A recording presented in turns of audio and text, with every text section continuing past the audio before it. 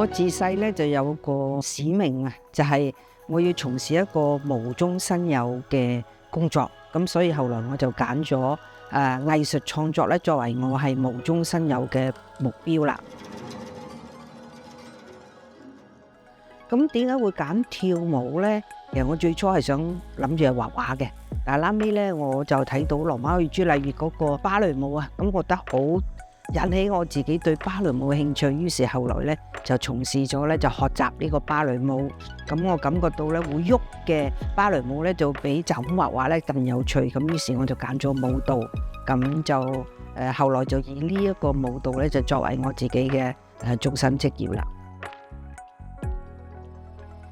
咁而今次攞獎咧個心態又唔同啦，因為而家係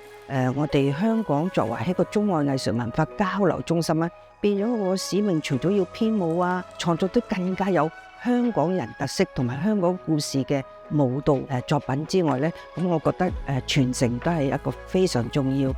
我相信呢一個獎勵咧係加策我咧係更加喺呢方面努力。咁因此我89年成立呢一個前秀蓮舞蹈團咧，我係想發揚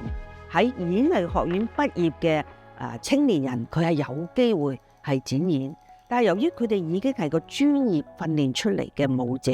咁所以咧前秀蓮舞蹈團咧重點係栽培青年人喺創意嘅平台發掘佢哋內在嘅潛力，而好多舞者本土嘅咧都係香港演藝畢業生嘅，咁所以佢嘅特點咧就係有中國文化嘅特色，有創意，同埋咧係有一個比較上咧係推揚嗰啲青年人咧喺舞蹈上發光發熱嘅一個嘅使命嘅。